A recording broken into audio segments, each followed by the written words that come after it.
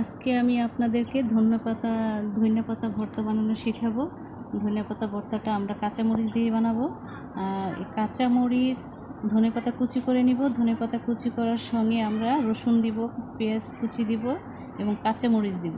কাঁচামরিচ দিয়ে একসঙ্গে সিদ্ধ করে নিব। সিদ্ধ করার সময় কিন্তু আমরা পানি দিব না, ধনেপাতা থেকে আমার পানি উঠবে।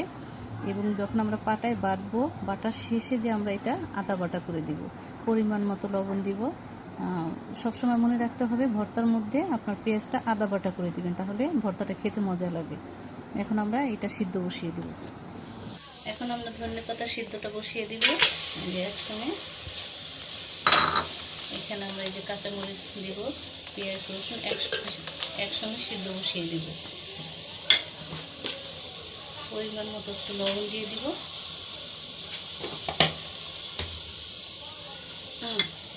যখন পাকবো তখন আমরা এই পেঁয়াজটা ব্যবহার করব। এখন এটা দিয়ে আমরা সিদ্ধ হয়ে গেলে আমরা একটা নামিয়ে পাটায় বেটে ভর্তা বানিয়ে নেব। পানিটা শুকিয়ে আসলেই আমরা নামিয়ে ফেলবো। এটা হয়ে গেছে আমাদের সিদ্ধ। এই হলো আমাদের ধনেপাতা ভর্তা। আমাদের ধনেপাতা ভর্তা হয়ে গেছে।